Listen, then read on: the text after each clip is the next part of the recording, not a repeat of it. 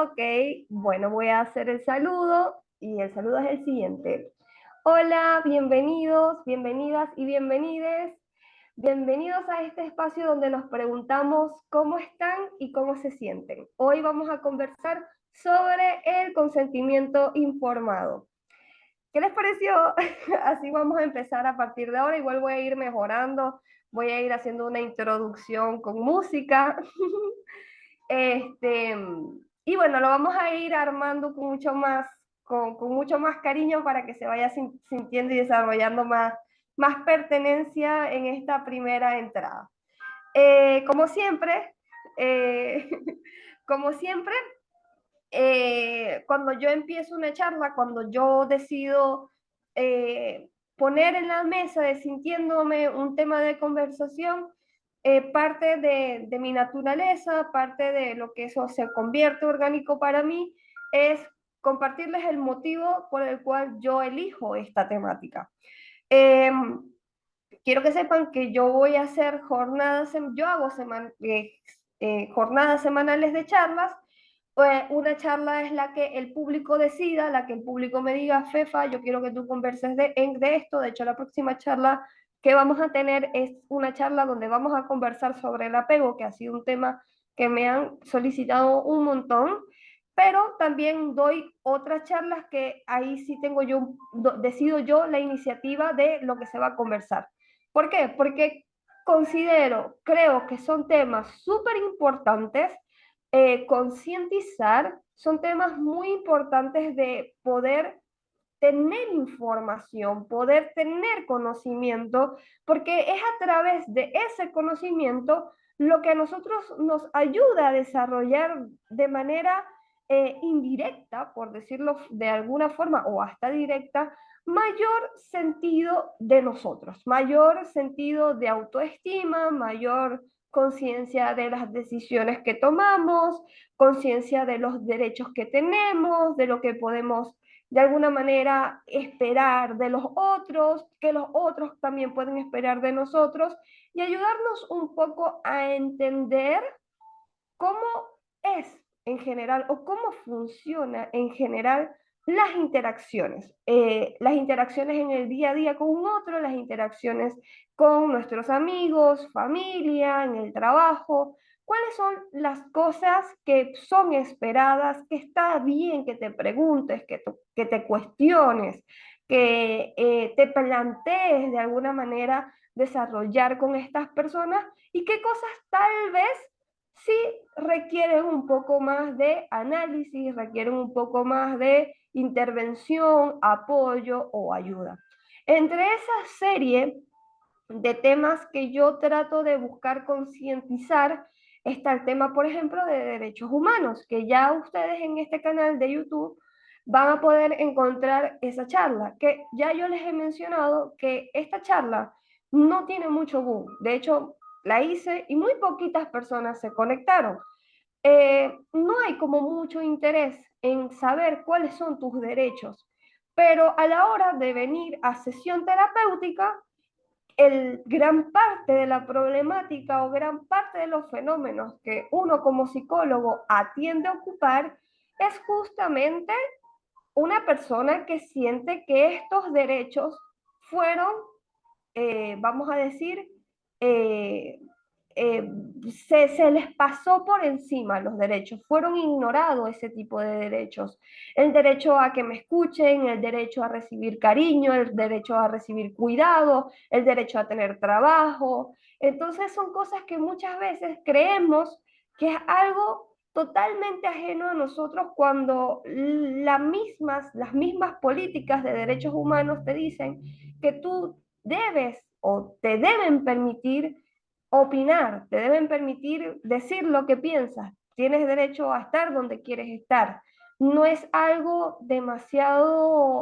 es algo demasiado privado, ¿no? De hecho, es una noción pública, pero son tan pocas las personas que están conscientes de esto, que obviamente sienten que el comunicarlo, el decirlo, es como que están fuera de lugar, cuando es todo lo contrario, estás en todo tu derecho de hacerlo. Entonces yo les recomiendo mucho que vayan a esa charla porque realmente le pongo mucho cariño. Leímos todos los derechos humanos en esa charla porque es un escrito bastante puntual, breve, conciso. Analizamos, interpretamos cada una de las leyes y esa misma serie yo la quiero complementar con este tema del consentimiento informado. Como siempre, voy a empezar. Hola Gaby, hola Daniel. Un poco tarde, no se preocupen las personas que están llegando tarde, porque como saben, yo estoy grabando esto. Lo único es que lo estoy grabando, lo voy a grabar para YouTube, ¿ok? El video va a quedar grabado en YouTube. Por favor, siempre me van comentando si me escuchan bien, ¿ok? Sí, yo soy un capibara, sí lo soy. Pero también soy un cocodrilo, porque también me gustan mucho los cocodrilos. Pero los capibaras y los cocodrilos son muy amigos. son, son, son especies que pueden convivir juntas. Entonces, como les mencionaba, para los que están en YouTube y preguntan, Fefa, ¿por qué dijiste eso? Es porque me preguntaron en Discord, que es donde estoy haciendo la charla, si me considero un capibara, y les dije que sí, que espiritualmente soy un capibara, pero que también soy un cocodrilo, porque me gustan mucho los cocodrilos. No, esto no tiene nada que ver con el tema, pero aquí somos espontáneos también. Aquí tenemos derecho a ser espontáneos también.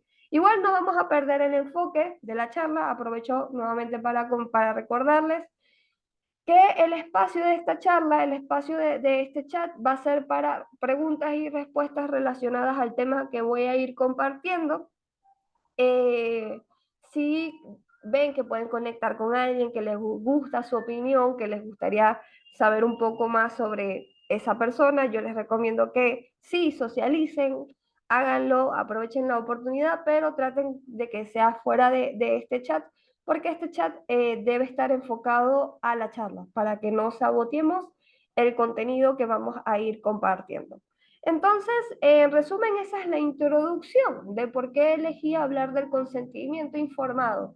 Como les decía antes de empezar a grabar, la verdad es que creo que el tema del consentimiento es un tema súper vital, súper importante y que yo quise utilizar el consentimiento informado, que es un proceso ético que se desarrollan en, en todas vamos a decir, en todos los convenios, en todas las intervenciones específicamente de salud. También se ve, por ejemplo, cuando tú descargas una aplicación que te aparece esa noticia de aceptas los términos y condiciones, eso que nunca leemos, pero estamos aceptando, estamos hablando ahí también de consentimiento informado. Entonces, yo justamente quiero hacer mucho enfoque en el tema consentimiento. Quiero invitarlos a ustedes a analizar, a preguntarse si en el día a día a cuántas cosas ustedes le dan su consentimiento y a cuántas cosas no le están dando el consentimiento, pero igual la están permitiendo y analizar, ok, qué tanto poder pueden empezar hoy día a desarrollar ahora que son conscientes de este término. ¿Vamos a utilizar como excusa o vamos a hablar específicamente del consentimiento informado desde la perspectiva psicológica, que es un término que nosotros tenemos que hacer cuando vamos a intervenir un paciente?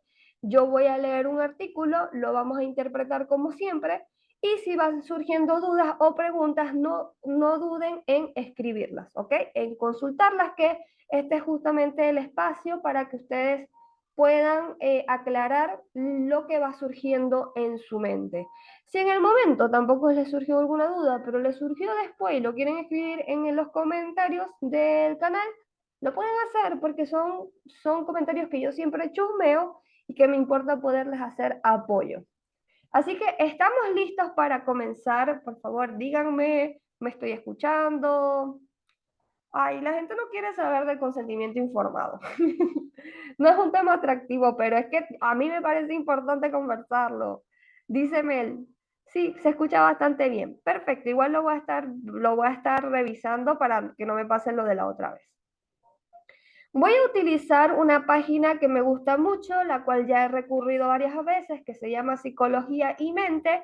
Y como siempre, yo al finalizar les voy a facilitar el link de este artículo, porque si hay algo que no les quedó claro, si hay algo que ustedes quieran reforzar, esa información va a estar. Y también va a estar en el link, en la cajita de la descripción de este video que va a quedar grabado. Entonces, el título es el siguiente. El consentimiento informado en psicología, que es partes y funciones. Resumen sobre los componentes y las características del consentimiento informado usado en los pacientes. Ok, menciona lo siguiente como introducción. Las personas no pueden recibir psicoterapia sin dar explícitamente su consentimiento. Las terapias no son inofensivas, tienen sus ventajas y sus desventajas y sin lugar a dudas cambian las vidas de las personas. El consentimiento informado en psicología es el proceso por el que se proporciona al paciente información para que él o ella pueda decidir libremente ante cualquier intervención diagnóstica y terapéutica de su contacto con el psicólogo. Esta herramienta es fundamental para dar comienzo a cualquier tipo de intervención psicológica y requiere que se cumpla de una serie de características que a continuación vamos a descubrir.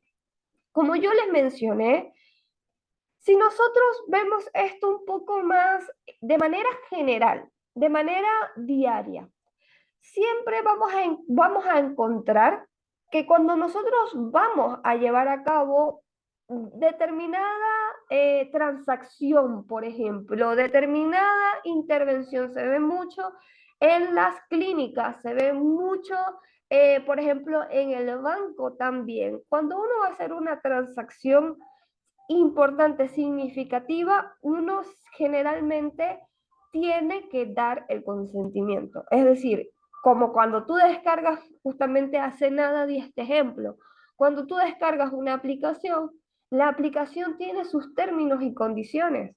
¿Por qué? Porque te explica que puede, obviamente, tener acceso, por ejemplo, a determinada información como acceso a tu galería de fotos, acceso a tus documentos, por ejemplo. Asimismo pasa con tema bancario, asimismo pasa con tema clínico.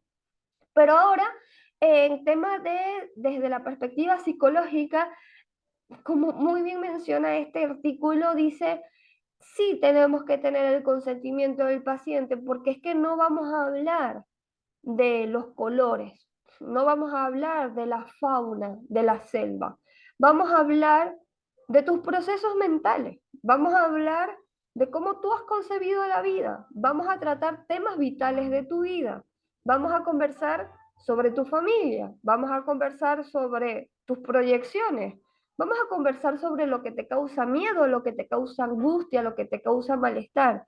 Y sin duda son temas vulnerables, son temas delicados.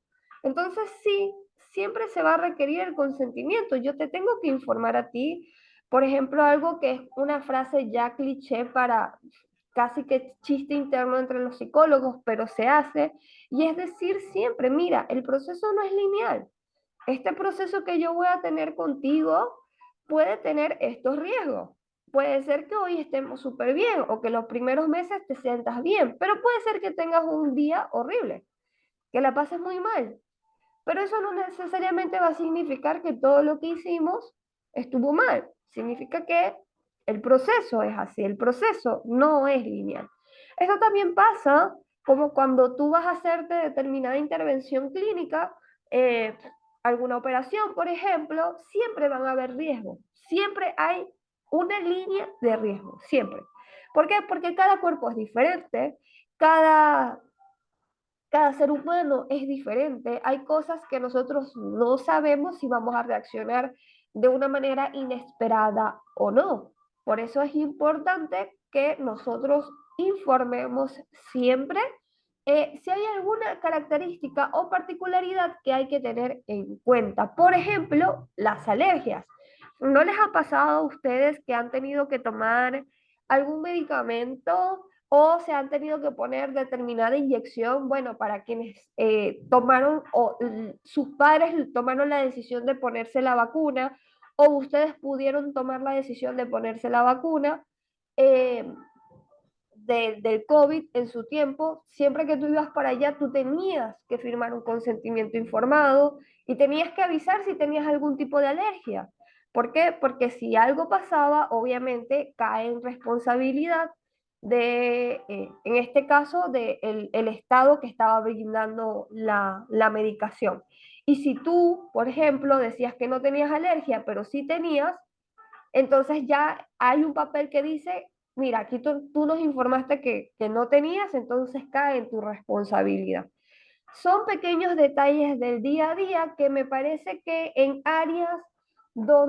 áreas externas, en organizaciones, es como más orgánico que se nos den este tipo de transacciones. Sin embargo, yo quiero que nosotros vayamos analizando cómo esto también se va trasladando a las transacciones que no necesariamente son con una organización, sino que son con personas de nuestro día a día y de nuestra cotidianidad. Para ese punto lo vamos a ir profundizando más adelante porque quiero seguir con la naturaleza del consentimiento informado según este artículo. Por ahora me voy entendiendo. A ver, los voy leyendo. Por ahora todos me van escuchando, van entendiendo la naturaleza del tema. Sí, perfecto, muchas gracias. Bien, ¿qué es el consentimiento informado en psicología? El consentimiento informado en psicología, quiero aclararles que estoy leyendo el artículo. No vaya a decir, wow, Fefa, pero qué discurso, qué dialecto. Y es como, estoy leyendo, no está saliendo de mi mente. Ok, sigo refiriendo. ¿Qué es el consentimiento informado en psicología? El consentimiento informado en psicología se puede entender como el proceso en el que se proporciona de forma oral o escrita la información al paciente sobre el tratamiento que quiere recibir. De esta forma podrá decidir libremente si desea o no iniciar la terapia, siendo consciente de sus potenciales beneficios y también los riesgos que el tratamiento puede implicar. Los orígenes de este consentimiento están en anteponer el principio de autonomía por encima del de beneficencia. ¿Cómo así? ¿Cómo que el principio de autonomía por encima del de beneficencia? Porque naturalmente el profesional se está lucrando de este servicio. Pero más allá de que yo me pueda lucrar, yo tengo que hacerle saber al paciente que el paciente es el que tiene poder de decidir si quiere o no. Yo no lo voy a obligar. Yo no le digo al paciente, tienes que verte conmigo porque es que yo soy la persona que te va a ayudar, esto es obligatorio. No, porque es contraproducente. De hecho, en vez de estar ayudando al paciente, probablemente el paciente se cierre y jamás pueda tener un espacio donde haya honestidad o un espacio donde haya transparencia, porque obviamente desconfía de alguien que le está obligando a hacer algo. Tiene toda la lógica del mundo.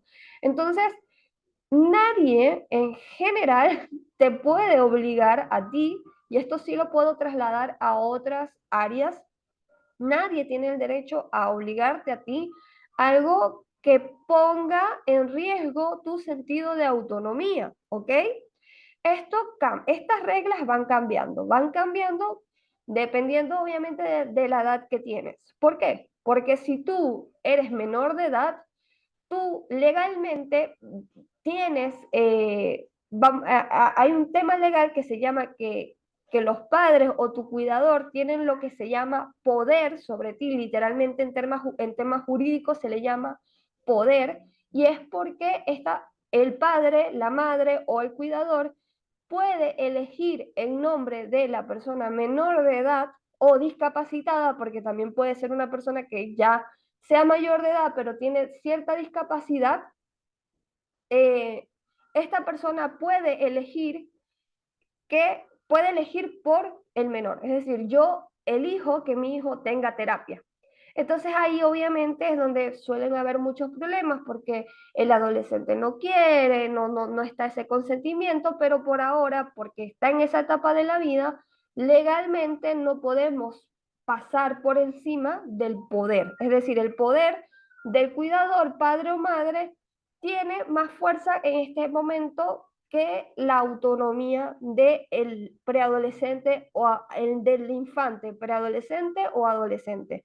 Ya cuando el adolescente pasa a ser mayor de edad, este poder que tiene el cuidador, el padre o el adulto responsable pasa a segundo plano. ¿Por qué? Porque ya se te da a ti de primera instancia la, eh, el poder de tu propia autonomía. Es decir, tú eres quien elige tener o no determinados espacios, conocimientos, hacer determinadas actividades, transacciones y todo este tipo de cosas. Esto para que ustedes se vayan informando y vayan entendiendo un poco, por ejemplo, para nosotros es muy valioso que si atendemos personas menores de edad, siempre tener una persona mayor de edad, un cuidador, una persona que represente esa figura, porque si no, no estaríamos cumpliendo con una naturaleza ética. Nos podríamos meter en problemas legales, en resumen. Entonces, esto es para que vayan comprendiendo un poco la naturaleza de por qué se van desarrollando este tipo de transacciones, este tipo de decisiones. Como siempre, si eres una persona que es menor de edad y tiene esta limitante, obviamente, de que yo necesito el poder de, por ahora, un cuidador para que me dé su consentimiento y yo poder ya libremente estar en estos espacios, y te sientes frustrada, frustrado, frustrada por esto, desde ya te digo que no estás solo y que también el tiempo siempre va hacia adelante. El tiempo no se va a detener. Desde que empecé esta charla han corrido unos minutos. Mañana va a ser otro día y ya estamos a mitad de año. El tiempo va a pasar muy rápido. A lo que quiero llegar es que no es para invalidar la sensación de que puedes llegar a desarrollar de impotencia por no poder tomar ciertas decisiones un poco más, un poco más importantes o significativas en tu vida, como tomar terapia por iniciativa tuya, pero el tiempo va a llegar, es decir, vas a ser mayor de edad, tarde o temprano lo vas a hacer. Y cuando ese momento llegue, justamente creo que tengas todos estos conocimientos te van a ayudar a tener mucha más fuerza o tener mucho más poder de decisión y autoestima para ocupar el acto de buscar ayuda. Ok, seguimos. De esta forma podrá recibir libremente si desea o no iniciar la terapia, siendo consciente de sus potenciales beneficios y también los riesgos que el tratamiento puede implicar. Los orígenes de este consentimiento están en anteponer el principio de autonomía por encima de la beneficencia, que es lo que estaba leyendo. El principio de la autonomía es el principio ético en el que se reconoce la capacidad del paciente para darse normas o reglas sin influencias de otras personas, mientras que el principio de la beneficencia es la obligación del profesional de actuar en beneficio del cliente. El principio de autonomía es el de los requisitos más importantes en el desempeño de la práctica profesional. Repito de qué va el principio de autonomía. El principio de autonomía es el principio ético en el que se reconoce la capacidad del paciente para darse normas o reglas sin influencias de otras personas. Es decir, yo puedo estar interviniendo un paciente, pero un paciente muy bien me puede decir a mí, no me siento identificado con eso, o yo no te quería decir eso, yo te quise decir más que me pasaba esto. Es algo que es totalmente válido y por lo menos yo que doy terapia a veces me pasa. Me pasa que doy determinado discurso y el paciente me corrige, me dice, gracias por comentarme esto, pero te quería decir que yo siento más que mi síntoma va más por este tema familiar que tal vez por este tema de pareja. También como parte de mi responsabilidad como psicólogo, que creo que voy a hacer un reel sobre eso, porque es un fenómeno que estoy notando mucho que pasa y que me molesta un montón, es que tú como psicólogo tenemos que constantemente preguntarle al paciente cómo está, genuinamente cómo está, cómo te sientes con la terapia, sientes que estás recibiendo las respuestas que necesitas, ¿Sientes que lo que yo te estoy compartiendo o lo que yo te estoy diciendo está generando un impacto en ti, te está llevando a reflexionar, te está llevando a analizar tus pensamientos, emociones y comportamientos? ¿Te está trayendo realmente un beneficio? Porque hay determinados tipos de terapia, ojo, hay determinados tipos de terapia que pueden hacer que el paciente y el terapeuta se mantenga como en un loop de reflexión infinita, pero no siempre la reflexión infinita es lo que nos va a llevar al acto de cambiar determinado malestar o situación que nos está angustiando en la vida. Entonces, sí me parece que también aquí hay una carga de responsabilidad en el profesional, en entender y hacer un genuino seguimiento de ver si realmente el paciente está ocupando acercarse a los objetivos terapéuticos. ¿Qué son los objetivos terapéuticos? Bueno, cuando llega un paciente, se le hace toda esta información, se habla sobre el consentimiento informado, oral o escrito, se le dice, mira, el proceso no es lineal, se le hace toda esta introducción. Luego que nosotros hacemos toda esta introducción, generalmente viene la pregunta, ¿qué te trae aquí? ¿Por qué tú estás aquí en terapia? ¿Qué es lo para qué vienes a mí? ¿Qué es lo que quieres hacer? Y ahí el paciente empieza a compartirte cuáles son sus dificultades, qué es lo que le está causando un malestar, qué es lo que le está haciendo tener ansiedad, depresión o estos comportamientos que realmente le hace cuestionarse sobre la vida. Entonces, la naturaleza de nosotros, los terapeutas, es, ok, entonces como objetivo tenemos superar X fobia, poder desarrollar una comunicación más asertiva con X persona, por ejemplo, mamá, empezar a sacar mejores calificaciones en las cuales yo me sienta más satisfecho por el trabajo que hago. Y así te puedo ir haciendo listas, pero es importante que se desarrollen objetivos y que constantemente se estén evaluando por medio de la terapia si se están logrando los objetivos o no. También entender que los objetivos pueden cambiar. Por eso es que nosotros cada determinado tiempo tenemos que ir actualizando cuáles son los objetivos. ¿Por qué? Porque un paciente que puede tener estos 3 meses objetivo pasar el semestre de la universidad, puede ser que los próximos 3 meses sea acercarse más a la persona que le gusta, por ejemplo. Y es totalmente válido. Pero es entender y comprender que dentro de nosotros también está esta responsabilidad de mantener actualizado al paciente sobre qué es lo que estamos trabajando y hacia dónde vamos. Más allá también de que el paciente conversa, complementa, siempre por lo menos en mis terapias, siempre, por lo menos, algo muy particular en mi terapia, que quienes se ven conmigo ya lo sabrán, siempre cuando empezamos yo les hago una introducción de lo que hablamos la sesión pasada. Le digo, la sesión pasada recuerda que hablamos de esto, esto, esto y esto. Coméntame tú, ¿quieres seguir hablando de eso o quieres empezar por algo diferente? ¿Quieres empezar por algo nuevo? Va como tú decidas, no pasa nada si tú quieres hoy hablarme de, no sé, algo que viste en la televisión, algo que viste en el TikTok.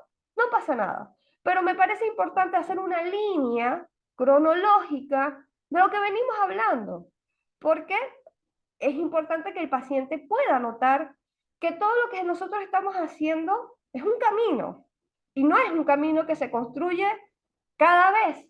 Es mejor dicho, no es un camino nuevo que hacemos desde cero cada vez que tú vienes a terapia. No, es un camino que nosotros le estamos haciendo seguimiento cada vez que vienes a terapia. Es decir, cuando tú llegas a la terapia y ya tienes un tiempo conmigo, no significa que tú estás como si fuera el primer día. Está como si fuera la cuarta sesión, la quinta sesión. Yo te puedo decir, por lo menos es mi técnica, es mi manera. Yo tengo registro de cuántas veces he visto a X paciente. ¿Por qué? Porque para mí es valioso saber, ok, esta persona va por la sesión número 20, esta persona va por la sesión número 5. ¿Qué objetivos se han logrado?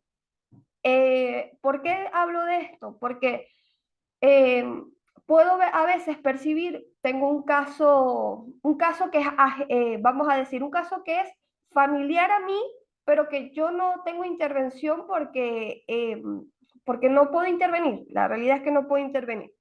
Y es por ejemplo, una persona que es muy cercana a mí, que tiene cita con un psicólogo, y el psicólogo lo tiene, como yo muy bien les mencionaba, en este estado de luno. Es como, ajá, o sea, pero no te está dando soluciones. Ya tienes 2 años con esta persona y esta persona te ha dicho o te ha compartido o te ha mencionado alguna estrategia, alguna forma de atender este malestar que fue justamente el mismo con el que llegaste. Ya tienes 2 años, son 2 años. Así que si ustedes están atendiendo con alguien y si esos objetivos terapéuticos no han avanzado o sienten que están en el mismo lugar, por favor, permítanse cambiar de experiencia psicológica. Yo a esta persona le he dicho, por favor, cambia ya de psicólogo, porque creo que esta persona te está llevando a un nivel de reflexión súper importante, sí, pero no te está llevando a actuar. Y ese es el problema, no estás actuando. Y algo que era el motivo que por lo menos a mí me causó mucha molestia, es que tú como profesional no le estás preguntando a la persona si se siente que está avanzando o no. Porque si por lo menos yo tengo un paciente que me dice a mí, yo no siento, yo le pregunto, ¿cómo estás? No siento que estoy avanzando. Parte de mi ética sería decirte, mira, tal vez tú y yo no conectamos, no pasa nada, porque yo no soy moneda de oro para que te caiga súper bien. Puede ser simplemente que mi manera de ser, mi tono de voz, como yo te abordo, sea necesariamente lo que tú necesitas. No pasa nada, déjame y te refiero a alguien con quien tú sí puedas sentir más conexión. Entonces creo que forma parte de nuestra responsabilidad como profesionales también entender que no todos los pacientes que nos lleguen son pacientes que nosotros realmente vamos a poder darles una solución o atender de una manera exitosa. Parte también es tomar la responsabilidad de que van a haber casos que nosotros no vamos a poder manejar o que estamos viendo que estamos en el mismo sitio con el paciente, y parte de la responsabilidad como profesional es decir, oye, yo no estoy pudiendo con este paciente.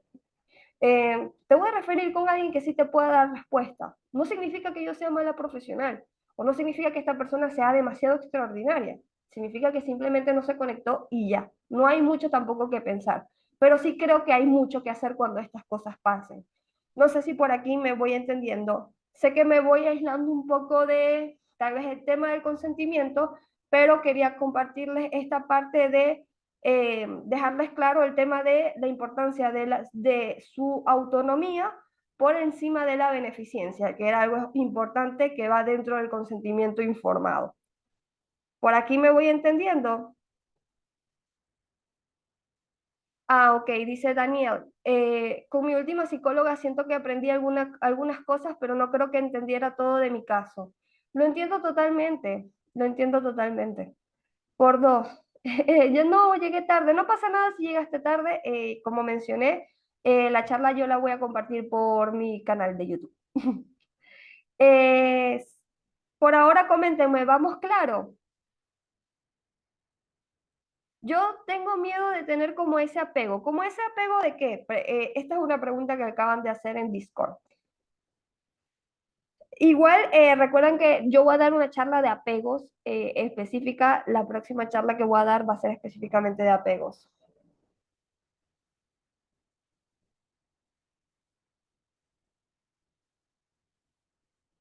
Ahí hago una pausa para ver sus comentarios y sigo.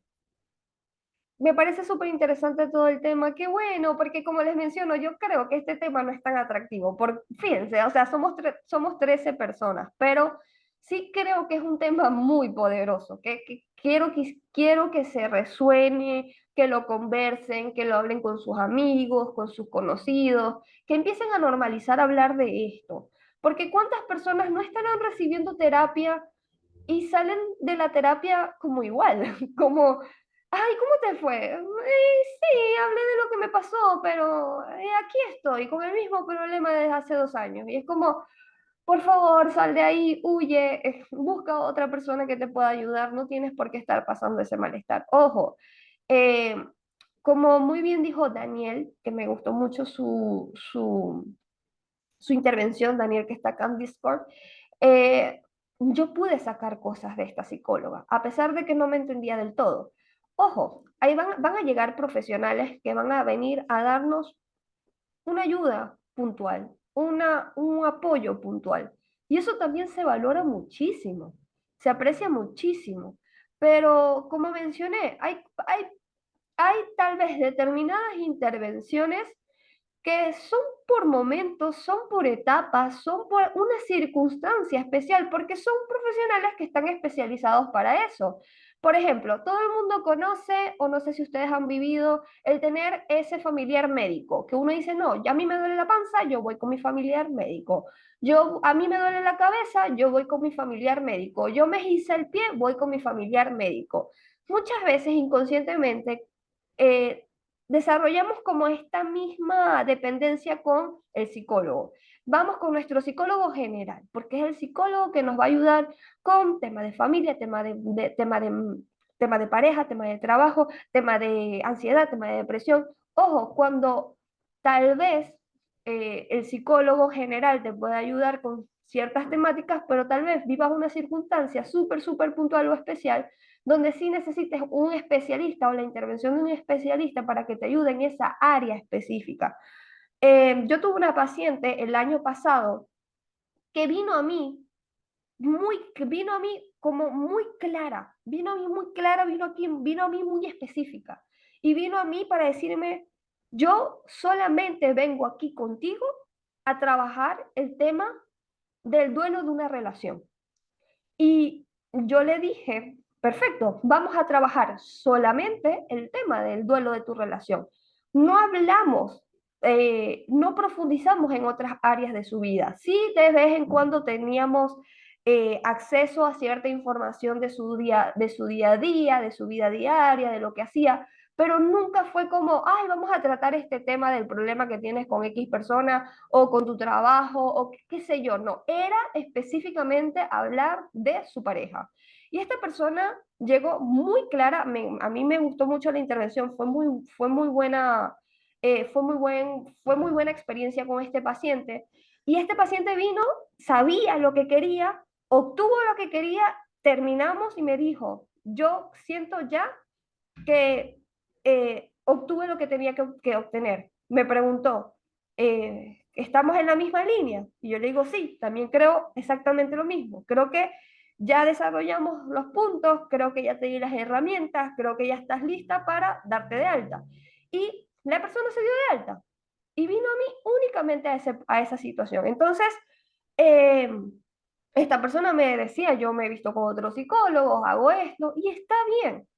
Si tú también sientes esta sensación o necesidad de, oye, me gustaría verme con este especialista específico para hablar específicamente de este tema, está súper bien. Por lo menos aprovecho que sintiéndome te da esta accesibilidad. Por ejemplo, te inscribes en el Premium y te da acceso a varios profesionales de la salud. Entonces, con cada uno puedes hablar determinado tema. Entre esos, por ejemplo, está Ernesto, que Ernesto es psiquiatra. Entonces, Ernesto te va a dar herramientas más relacionadas con temas de patologías, por ejemplo. Y está María Paula, que María Paula te va a hablar y te va a dar más herramientas de hasta, por ejemplo, de tu parte más artística, como puede ser la psicopintura, por ejemplo. Entonces, son formas de entender que no necesariamente tenemos que delegar la responsabilidad a un solo profesional, sino que también entender si hay algo muy específico, va a ser bueno que vayas con alguien que tenga experiencia en esa área específica. Si ustedes me preguntan a mí, Fefa, ¿en qué eres tú específica? Aprovechemos y coméntanos de qué eres tú específica. Bueno, a mí me importa, como podrán notar, mucho estos temas de derechos humanos, estos temas de que tú te sientas reconocido, de que tú sientas que tienes derecho, que tú sientas que tú tienes poder, temas de autoestima, de manera automática se relaciona con temas de autoestima, sentirte seguro, sentirte capaz.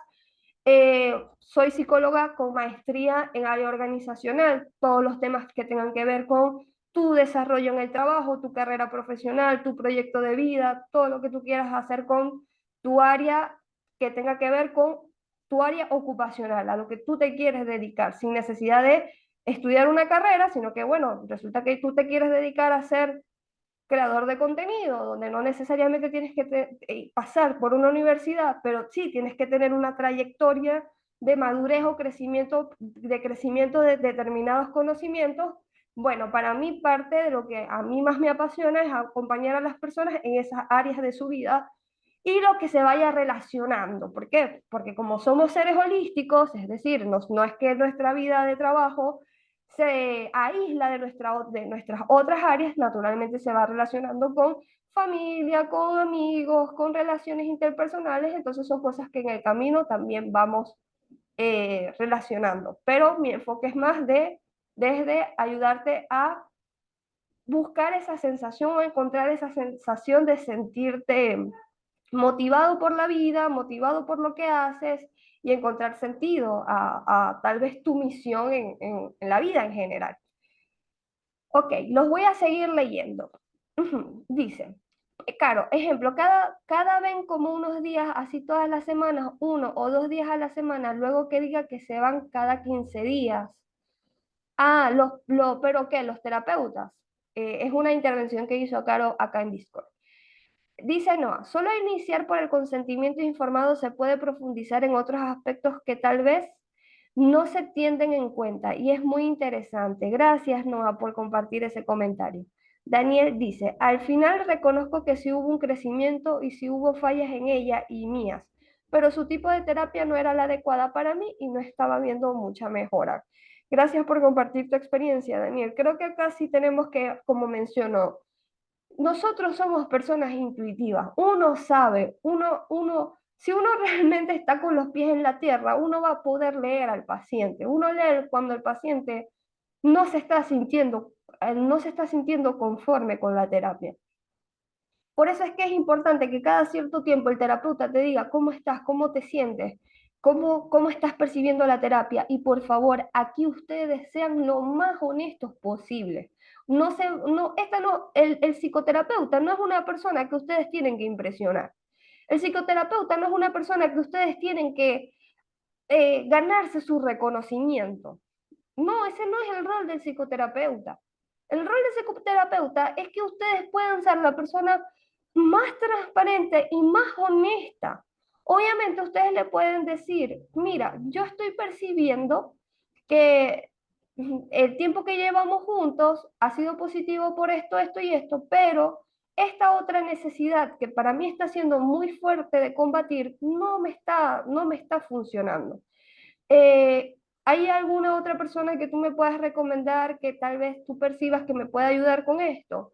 Créanme, los terapeutas esto no nos lo deberíamos de tomar personal, porque al final nuestro objetivo es la salud mental, estamos hablando de salud, no estamos hablando de que no te quedó bien una camisa que yo te hice, no te quedó bien un buzón que yo te hice, un pantalón que yo te hice. No estamos hablando de un producto, estamos hablando de la salud mental. Y lo más responsable y lo más ético es que yo entienda y comprenda que no está funcionando. Es como, ¿qué pasa si esto pasa con un doctor? ¿Qué pasa si esto pasa en un área de la clínica, en un hospital? Que un doctor te está haciendo un tratamiento y el tratamiento no te está sirviendo, por yo querer tener el liderazgo de este paciente o por yo querer tratarte un poco hasta egoísmo, de no te voy a delegar a otro doctor que tal vez sí te pueda ayudar con tratar esta enfermedad o tratar este síntoma que tienes o esta herida que tienes. No, uno tiene que saber delegar. En el tema de la salud, los profesionales tenemos que saber delegar. Tenemos que saber entregar al paciente, porque el objetivo aquí no es que yo sea tu psicólogo o que yo sea que yo sea el objetivo de estos espacios no es ser el mejor psicólogo. El objetivo de este espacio es que tú consigas un lugar donde tú puedas ser tú mismo y expresarte y sentirte cómodo donde estás. Y si yo no estoy logrando eso, por responsabilidad, yo tengo que derivarte. Y como les menciono, si en algún momento su psicólogo les pregunta o les sale a ustedes también, no esperen tampoco que les pregunte, también le pueden decir, no me estoy sintiendo cómodo, yo creo que tal vez estoy necesitando otro tipo de perspectiva, te agradezco mucho que me ayudes, que me hayas visto, me hayas ayudado a ver esto, pero siento que necesito otro tipo de apoyo. ¿Conoces a alguien? O si no sienten la seguridad, pueden buscar otras alternativas para buscar testimonios o personas que les puedan derivar a alguien correcto. Me pasó también, yo les comento esto porque me pasó. Yo tuve una psicólogo con enfoque psicoanalítico desde que llegué aquí a Argentina. No, cuando empezó la pandemia. Y fue una psicóloga que me ayudó muchísimo, me gustó mucho, mucho. Eh, Eran buenas intervenciones, pero cuando caí en depresión, eh, sí me llamó mucho la atención que yo, por ejemplo, porque yo soy psicólogo, yo vengo y yo soy la que le dice a ella, yo creo que yo estoy teniendo depresión. Y ya aquí para mí hay algo que está pasando, porque si ella es mi psicóloga, ella es la que me tiene que decir a mí, o ella es la que tendría que estar viendo a mí, mira, me parece que tú estás teniendo síntomas de depresión. A mí ella nunca, nunca, nunca me dijo eso. Fui yo que, bueno, por estudiar esta carrera y por darme cuenta de que todos los días quiero llorar, era como evidente que yo necesitaba tener otra perspectiva. Y entonces ahí es cuando yo le digo, mira, yo creo que yo estoy teniendo depresión. Y ojo, esta misma doctora me refirió a una psiquiatra que para mí ha sido la mejor, una de las mejores intervenciones que yo he tenido en la vida. Fíjense que de ella saqué algo muy bueno, que fue mi psiquiatra. Entonces yo seguí igual con ella y me gustó mucho porque sentí que ella me acompañó en la depresión. Pero una cosa es que te acompañen en la depresión y otra cosa es que te ayuden a salir de la depresión, ¿ok? Esas son dos cosas diferentes. Entonces hubo un momento en que ya yo entendí y comprendí que esta terapeuta me iba a acompañar infinito en la depresión, pero que ella no me iba a ayudar a salir de la depresión, que ella no me iba a dar herramientas para salir de la depresión. Y ahí tuve que tomar la decisión y decirle muchas gracias por todo este tiempo, por todos estos años, pero yo necesito otro tipo de terapia en el cual yo sienta que me están dando herramientas para salir de la depresión. Y terminé tomando la decisión de dejarla. Con mucho cariño, gracias por todo, chao. Entonces son cosas que uno tiene que ir empezando a desarrollar. Probablemente para mí haya sido un poco más orgánico porque yo soy psicólogo y yo entiendo ciertos temas. Yo tal vez tengo cierta capacidad de leer mi cuerpo porque comprendo ciertos fenómenos, pero si tú eres una persona que no estudió psicología, esta naturaleza probablemente se te cueste un poco o se te haga un poco inorgánica y pienses, no, tal vez no es el psicólogo, tal vez soy yo, porque eso pasa mucho. Mucha gente dice, no, es que no es el psicólogo es excelente, es increíble. El problema es que soy yo que no está entendiendo al psicólogo. Cuando no es así, cuando muchas veces tal vez lo que necesitas es cambiar. Entonces, bueno, aquí estoy desahogándome un poco, pero es para ir conectando porque sé que este tipo de temas logran tener significancia cuando uno conecta genuinamente con la temática. ¿Por qué? Porque si ustedes quieren aprender sobre consentimiento informado desde la perspectiva de psicología, muy bien, podemos ir a un artículo que lo van a ver, lo van a leer y ya. Pero esto es para ir humanizando un poco el proceso y que vayan entendiendo la importancia de que ustedes estén donde quieran estar. Y si no quieren estar, ustedes se pueden ir. Por eso es el tema del consentimiento informado. Dice Rafael, aquí en Discord. Creo que las personas llegamos a un punto donde nos sentimos de X manera, que llegamos a autodiagnosticarnos y que bueno, que lo que acabas de decir, entiendes de X temas, a mí en el médico me pasó algo similar. Leía cosas en casa porque describía mis síntomas, iba al médico y me decía, pues sí, tienes esto, pero también el autodiagnosticarse es como un poco complicado. A Rafael, gracias por actualizarme. O sea, yo no sé, porque en mi cerebro, Francisco, te pido disculpas. Desde ya quiero que sepas que esto no es algo, ¿cómo te explico? Que esto me pasa todo el tiempo. Yo a todo, o sea, no es, desde ya te digo de corazón que no es personal, que yo le cambio, o sea, yo soy disléxica, o sea, yo cambio las cosas, los números, los nombres, pero ya de corazón ya no se me olvida, Fran. Este, ajá. Entonces, autodiagnosticarse es un tema súper vulnerable, delicado y peligroso, ¿ok? Porque seamos honestos, nuestro amigo Google, que es como nuestro padre virtual, el padre que nunca estuvo, bueno, es Google o es YouTube, es nuestro padre digital, porque nos da las herramientas de todo. Tú necesitas una pregunta y te la responde, todo esto ocupa como ser esa energía o ser esa presencia de respuestas que uno tanto necesita. Pero también hay que entender que no es lo mismo que tú tal vez quieras atender síntomas de un resfriado, porque tú reconoces que, bueno, que es un resfriado, a que ya sean cosas un poco más delicadas, más vulnerables, como un tema de salud mental, un tema de una patología, un tema ya de un dolor extraño en alguna parte de tu cuerpo. Son cosas que sí o sí tienes que ir al médico, sí o sí. Inclusive con el tema del resfriado, si ya tú sientes, porque es que uno conoce su cuerpo, a veces uno como que subestima el poder de conocer su cuerpo, ya seas independientemente del género, no hay nadie mejor en este mundo que conozca su cuerpo. Y uno sabe cuando algo no está siendo natural. Por ejemplo, voy a contarles un ejemplo muy X. Uno, por ejemplo, la persona que tiene alergia. Yo soy alérgica, por ejemplo. Yo puedo estornudar y yo sé cuando yo estoy estornudando porque me dio una alergia, porque no sé, se me acercó un perrito, porque yo soy alérgica a los perritos. Sí, eso es muy triste, pero es una realidad. O bueno, porque olí cierto perfume, entonces yo sé por qué me dio la alergia. Pero si yo de repente estoy en mi casa sin hacer nada y empiezo a estornudar, yo digo, ya va, esto no es normal, porque es que ya yo me conozco, yo sé que a mí me da la alergia cuando pasa esto. Cuando me da la alergia, si de repente algo raro está pasando. Entonces yo les estoy dando este ejemplo porque yo sé que ustedes conocen su cuerpo, ustedes saben cuáles son sus límites, ustedes saben cuando algo no está siendo natural o orgánico para ustedes.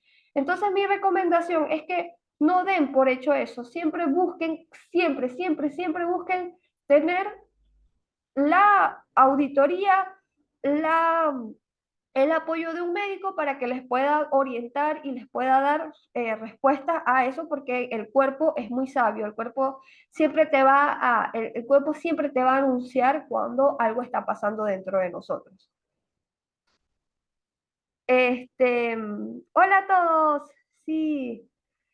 Ay, este extraterrestre que apareció aquí me gustó mucho. ¿Cómo se hace eso? Me encantó. Ay, no. Dios mío, la gente que me está viendo en YouTube, es que apareció un extraterrestre aquí en Discord y me encantó. Nitro. Ah. Es un tema interesante, al menos en mi caso. Es causa de la ansiedad que tengo en síntomas físicos, por eso a veces me he llegado a autodiagnosticar. El médico dice que estoy genial. Recuerden hacerse pruebas si pueden, al menos de manera anual. Sí, totalmente. Ya cuando uno llega a cierto punto de la adultez y de la autonomía, siempre vamos a recomendar como especialistas, inclusive en la salud mental. Yo no te voy a poder diagnosticar sin antes decirte, hazte un examen de sangre, hazte un examen hormonal, porque puede ser que haya una alteración en la sangre o tema hormonal que con cierta alimentación, con cierto cambio de hábito, puedas volver a un estado de normalidad. Siempre, por lo menos en temas psiquiátricos, el medicamento siempre es como el recurso que se da luego de evaluar estas otras características. Se tiene que evaluar primero las características de hábitos, de tema hormonal, de tema de sangre, porque puede ser que haya alguna ausencia allí que se pueda componer con cierta vitamina, con ciertos alimentos, y ya vas a estar bien, o sea, ya vas a estar pudiendo volver o desarrollar cierta fuerza y energía para tu día a día. Ajá, seguimos entonces. Tras haberse dado el consentimiento, sigo entonces leyendo el artículo. Tras haberse dado el consentimiento informado, el paciente, en su libre conformidad voluntaria y consciente, puede decidir si aceptar o no la psicoterapia. Esta decisión será tenida en cuenta como algo vinculante a la medida que el paciente muestre pleno uso de sus facultades, tras recibir esta información siendo consciente de que la decisión de aceptar o rechazar la terapia va a reportarle una serie de beneficios como también desventajas. Aquí hay una parte de antecedentes históricos, lo vamos a leer rapidito. Antecedentes históricos. Puede sorprender, pero el reconocimiento moral de lo que el paciente tiene derecho a ser informado sobre la terapia que va a recibir y que sea él o ella quien pueda decidir en última instancia y acabar la terapia es algo reciente. ¿Qué? Bueno, sí, es algo reciente. Hoy en día este derecho se encuentra respaldado por múltiples decisiones judiciales y carece de raíces históricas profundas. Se reconoce más por aspectos legales que no por terapéuticos. Desde tiempos de Hipócrates, la relación paciente-terapéutica fue desigual y estuvo regulada por el principio paternalista de beneficencia, siempre buscar el bien del enfermo, independientemente de su consentimiento. Igualmente, no fueron pocos los casos en los que este principio era ignorado por el ansia de saber y a veces bien del paciente. Tampoco era prioritario, sino la expansión del conocimiento, aunque se hiciera daño. Yo no sé si ustedes vieron la serie de Charlotte, que es un spin-off de Bridgerton, que es una nueva serie de Netflix que cuenta la historia del rey George. Obviamente esta es una historia de ficción, pero ellos utilizaron hechos reales para inspirarse en esta historia de ficción. ¿Y qué pasa en esta historia para quienes no han visto la serie de Netflix?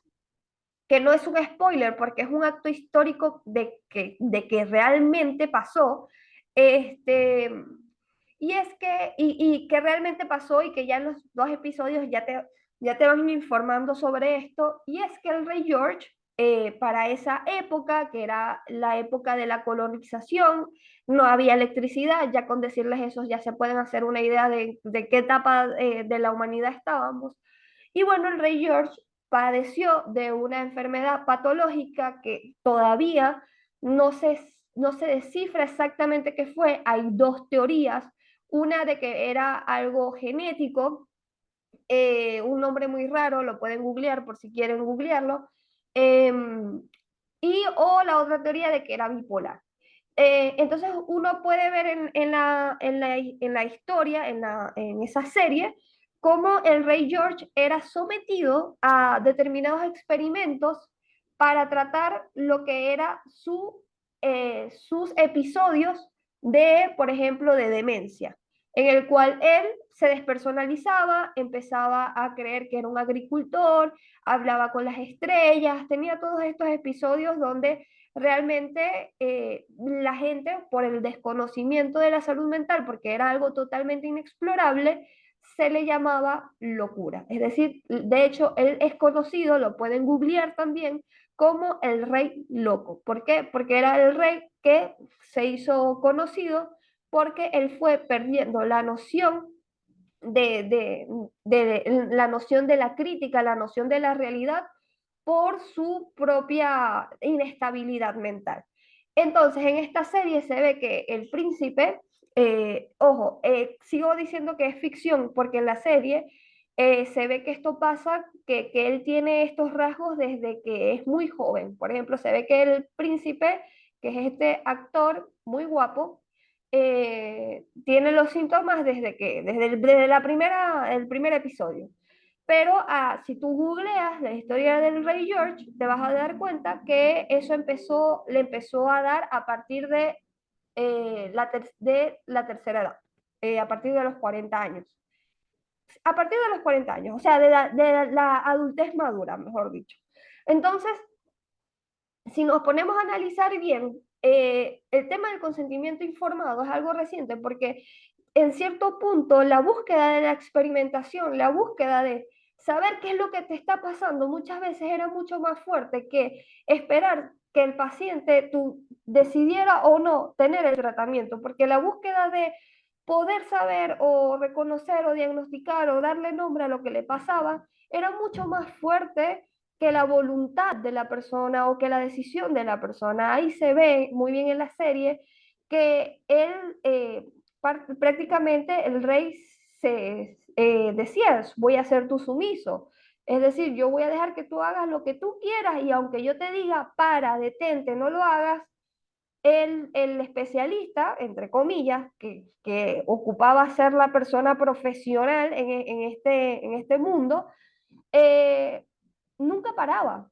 Lo hacía sentir mal, pasaba por cosas inauditas y se escuchaba al príncipe decir, para, ya, basta, no quiero, y él seguía, le seguían haciendo estos tratamientos totalmente extremos, raros, que no tienen nada que ver con la psicología actual, pero bueno, era parte en ese momento de la exploración, por eso es que se dice que es algo reciente. Ahora este tipo de cosas ya se saben y se conocen que es un abuso, que un tipo de violencia y que si un profesional te pone en un estado así, esa persona sí o sí tiene que terminar en la cárcel, porque es una persona que está violentando tus derechos humanos.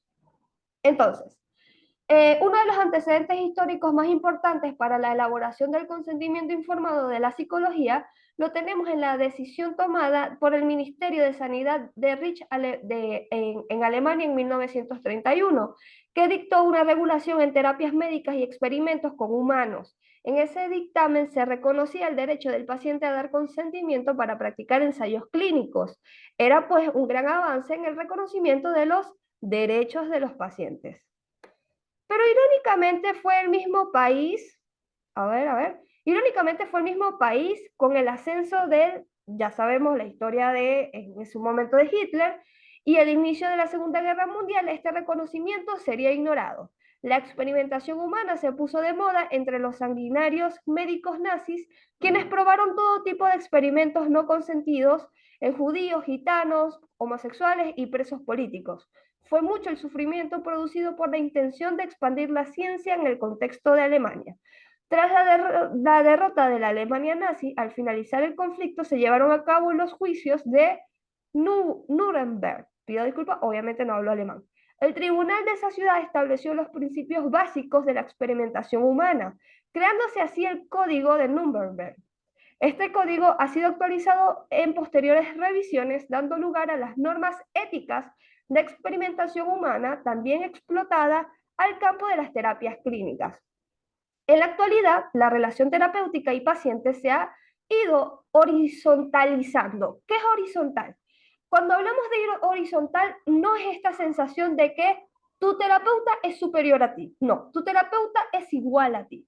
Tú lo tienes que ver como igual y que esa persona te tiene que ver como igual. Yo no te puedo ver como alguien inferior a mí, ni tú me puedes ver como alguien super persona. No es así. Se tiene que intentar que sea horizontal reconociendo cuáles son las responsabilidades del profesional y cuáles son mis responsabilidades como paciente. ¿Por qué? Porque yo muy bien puedo tener un astrofísico atendiendo en mi consulta terapéutica y obviamente esa es una persona especializada en su área, como yo soy especializada en mi área. Somos iguales. Ojo, tampoco tienes que ser astrofísico. Una persona común y corriente que es buena haciendo cualquier cosa que haga, no importa, pero somos iguales, somos seres humanos. Yo, por tener este conocimiento, no significa que yo sea superior a ti o que yo sea una persona que jamás va a experimentar lo que tú sientes. Por eso es que muchas veces a mí me importa, a veces, hacerles ventanas y compartirles hasta historias personales, porque me importa mucho que ustedes sepan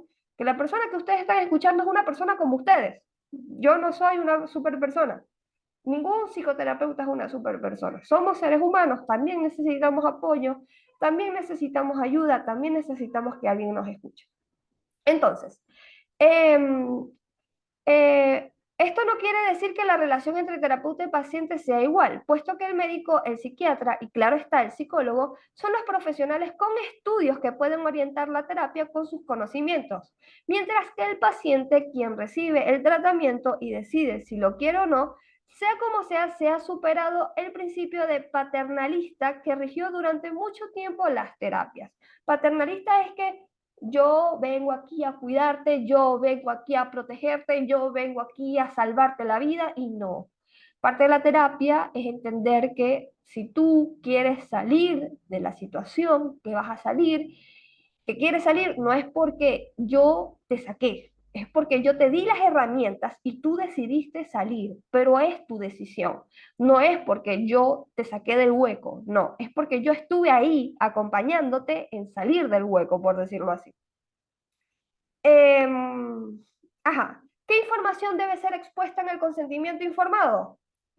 El consentimiento informado debe exponer tres elementos informativos, los cuales serán los que determinen los objetivos de la comunicación que se transferirá por vía escrita u oral. Una es, se expondrán los hechos de forma completa y veraz, sin ofender ni dramatizar. Se recomendará un plan informado también de posibles alternativas de la terapia.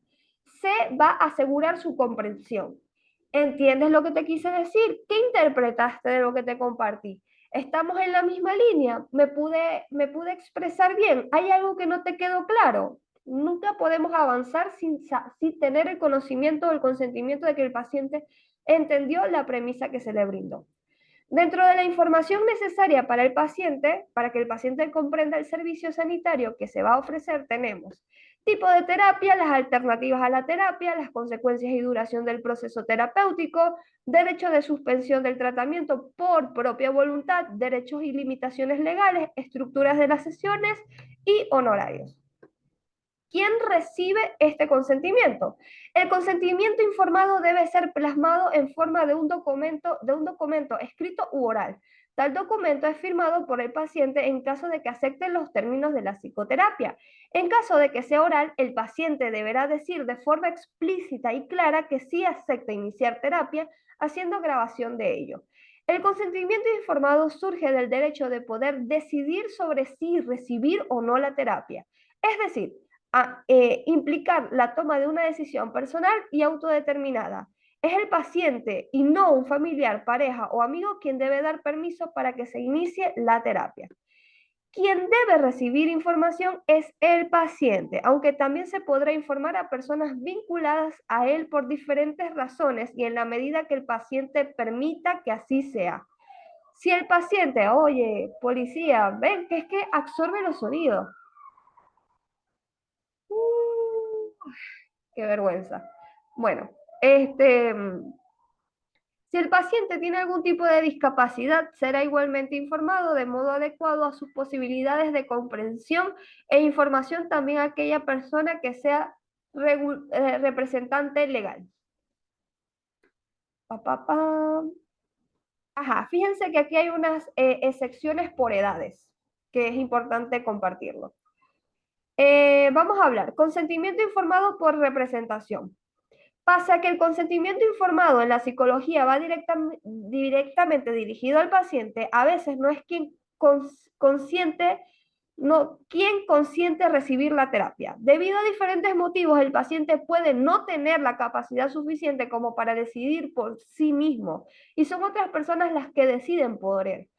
A esto se le denomina consentimiento informado por representación, que se da cuando el sujeto no tiene la suficiente capacidad, autodeterminación como para saber qué es lo mejor para él. Esto sucede en las siguientes situaciones. Uno, menor de 12 años. En menores de 12 años, su opinión deberá ser escuchada, especialmente si se acercan a esa edad.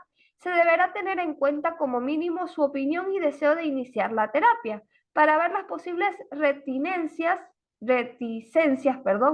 que pueda tener el menor con respecto al tratamiento. Su consentimiento no será vinculante, pero igualmente tiene derecho a saber qué es lo que va a recibir.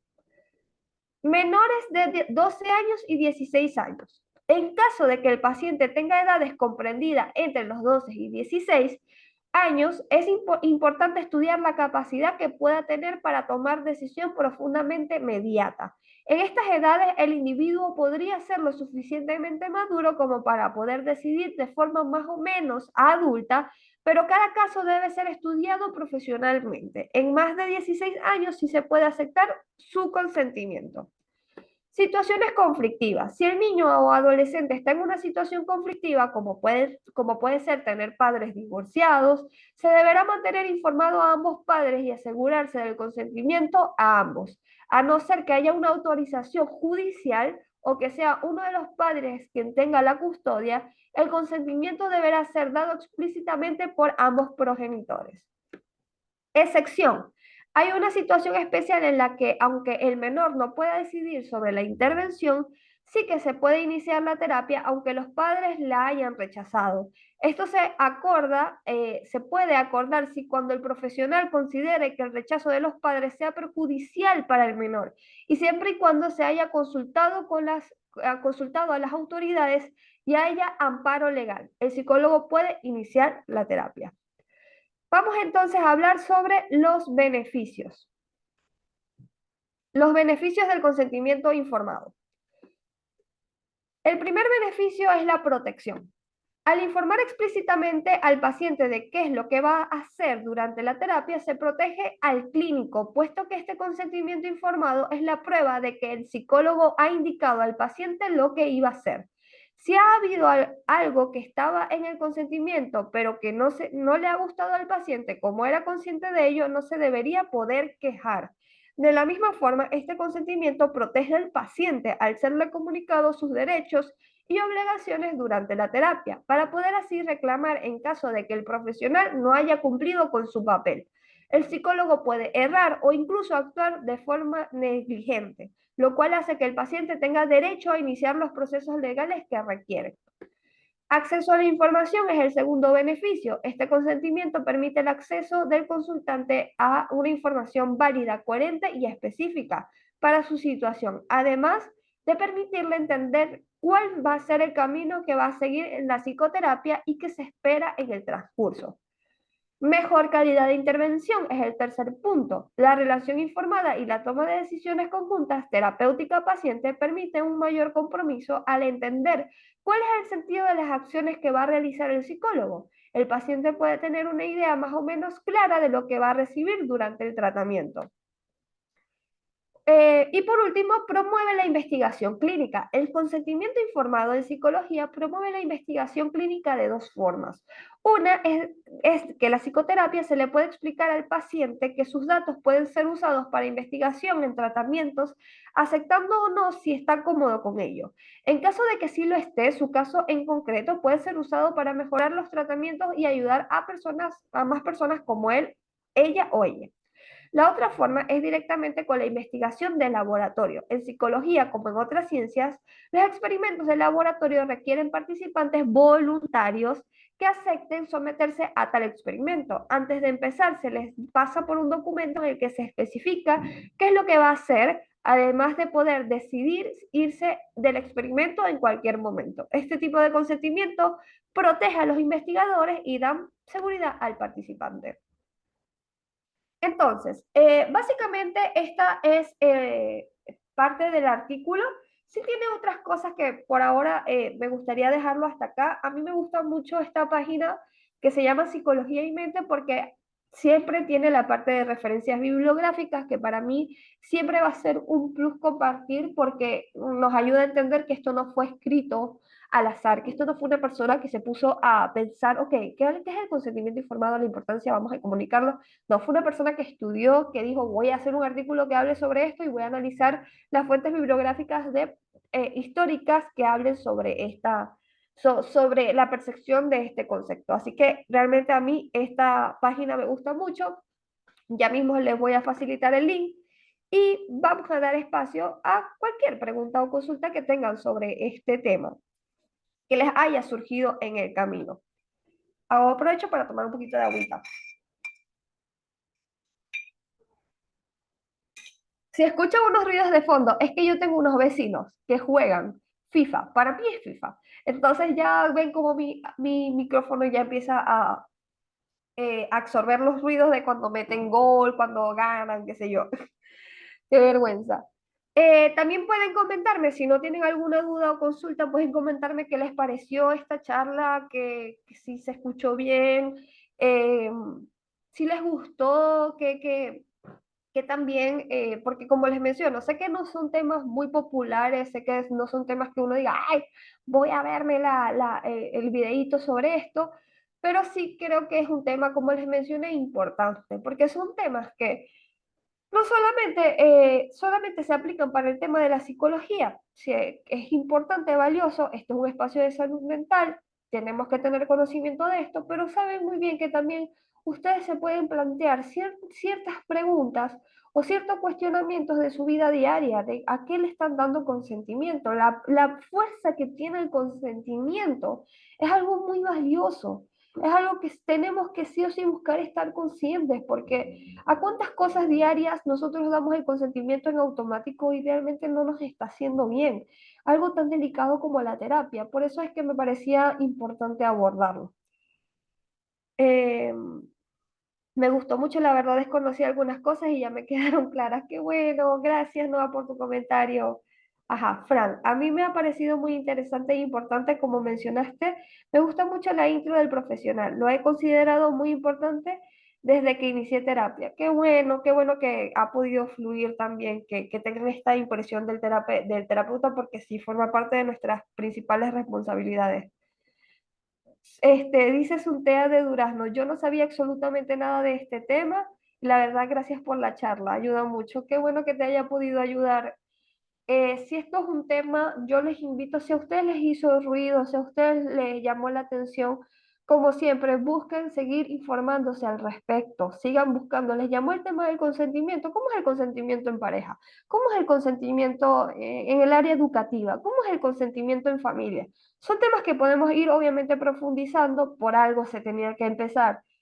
Quería empezar por el tema de consentimiento terapéutico, por el simple hecho de estar en este servidor, pero son cosas que obviamente se pueden ampliar y que yo les invito a que si les llama la atención, por favor, investiguen, sigan buscando personas que hablen de esto, artículos que hablen de esto, confirmen que sean artículos científicos también.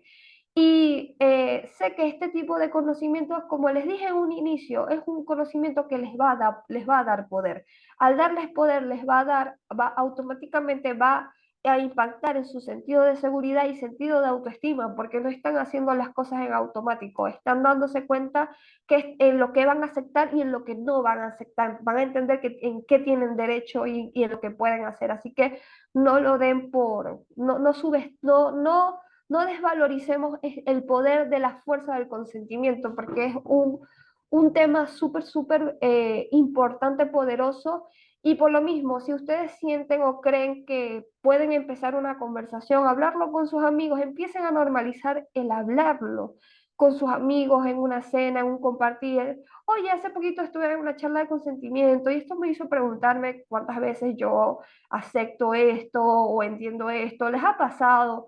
Empezamos a normalizar este tipo de temas porque creo que parte de los problemas sociales que tenemos o vivimos es que no es normal hablar de eso, no es común, no es que yo me ponga a hablar con mi mamá de esto, me ponga a hablar con mi mejor amiga de esto.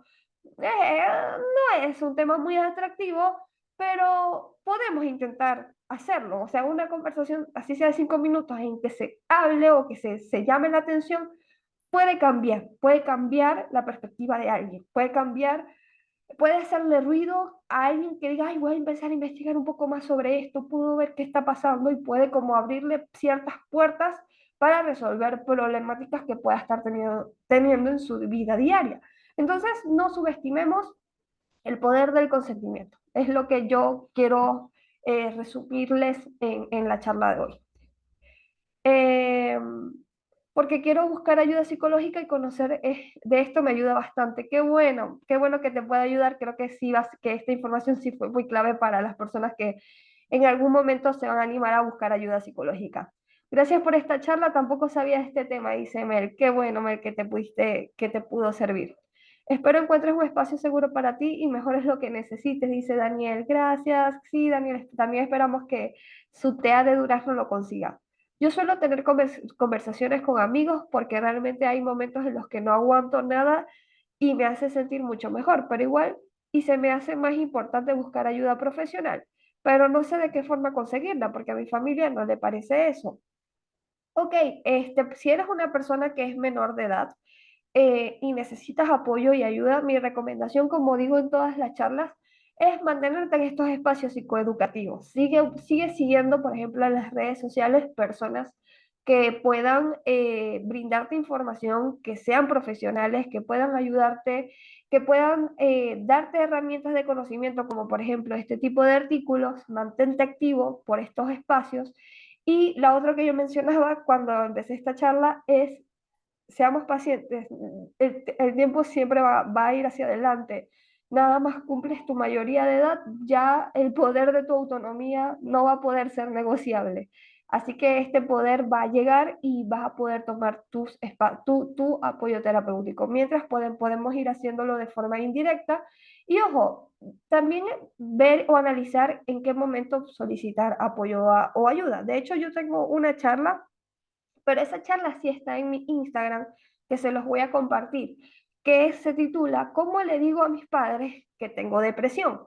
Entonces, yo te recomiendo esa charla, su té de durazno, porque ahí yo doy herramientas de cómo acercarte a un padre o a un cuidador para hablar de tu salud mental. Doy un paso a paso de cómo hacerlo. Entonces, sé que te va a poder ayudar mucho. Sí, me imagino que desde que lo has intentado y lo entiendo muchísimo, de verdad. Eh, y de verdad que me da mucha impotencia y me hace sentir muy frustrada escuchar testimonios de personas que este tipo de situaciones es una limitante, que se supone que tus principales aliados, creencia social, tengo que decir que es una creencia social porque no tiene que ser ley, eh, son las personas que no te dan acceso a este tipo de información, pero espero de verdad que puedas seguir guiándote y escuchando este tipo de espacios porque al final la realidad es que uno termina haciendo lo que quiere. Eso ya está comprobado. Si tú estás enfocado en que esto va a pasar, va a pasar. Vas a recibir la ayuda, vas a recibir la contención, vas a recibir el apoyo. No tengo dudas. eh, lo importante es ser persistente y seguir estando en estos espacios que te permiten recibir apoyo y contención. Si escuchan así, vamos a ver si puedo hacer ACMR de sobar a Benito, porque ya Benito está aquí. ¿Escuchan?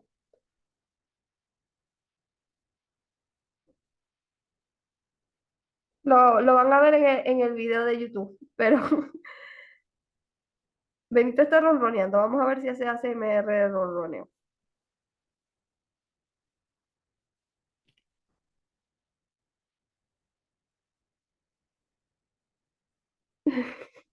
Ok, momento random de la conversación. Eh, Yo siempre dicen que no importa, que no es nada, que es la edad, pero no es normal y es horrible que luego empiecen a decirme cosas así. Te entiendo totalmente. Y, y más, ya está científicamente comprobado. Lo que uno siente como adolescente es real, no es no, o sea, decir que es la edad me parece que es una salida rápida y es huir de lo que realmente pasa. ¿Cuántas personas vienen a terapia ya adultas contándome cosas de la adolescencia que no pudieron conseguir apoyo, contención, porque en su momento no lo pudieron atender? Entonces no es subestimar eso.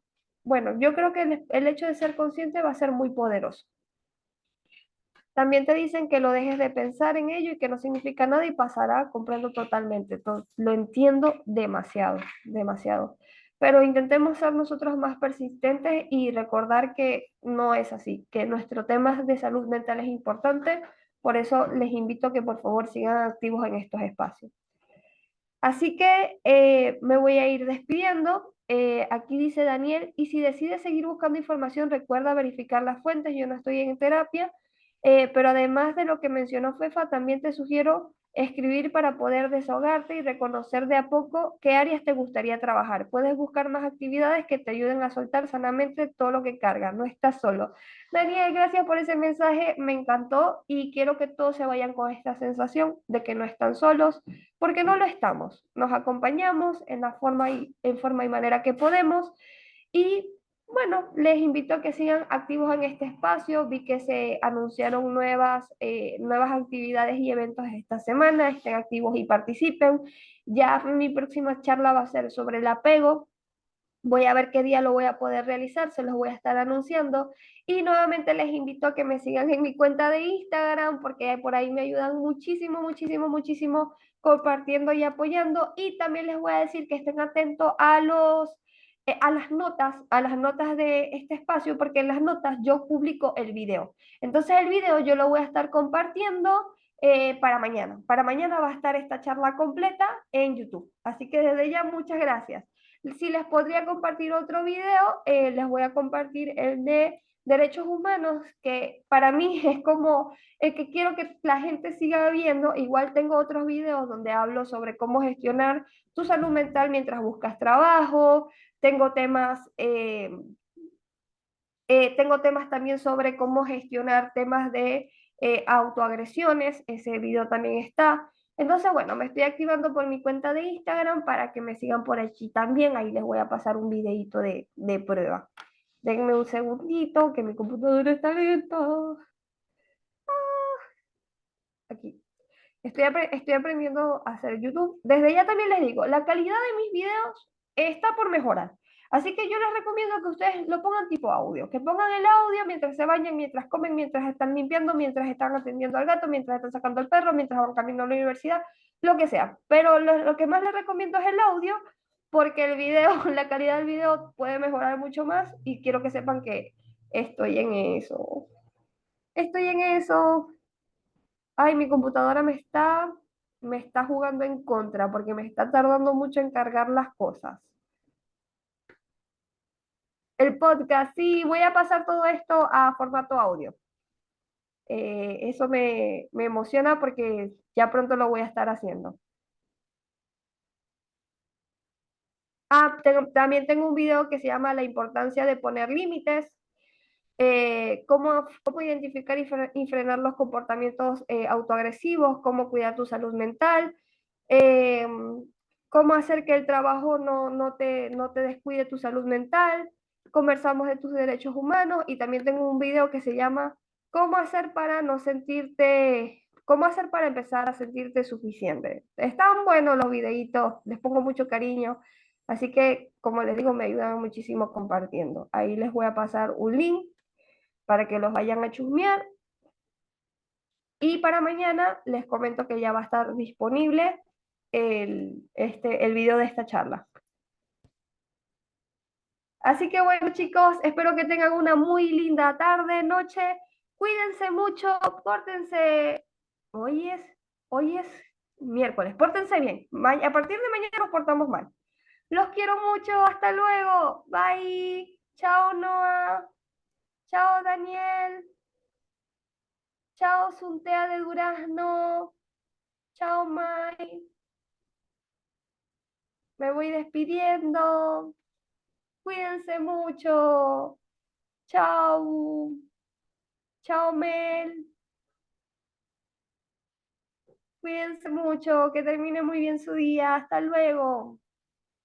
Bye, bye. Chao, Sister, que sé que estaba por ahí también. Cuídense mucho. Hasta luego. Bye. Chao, Caro.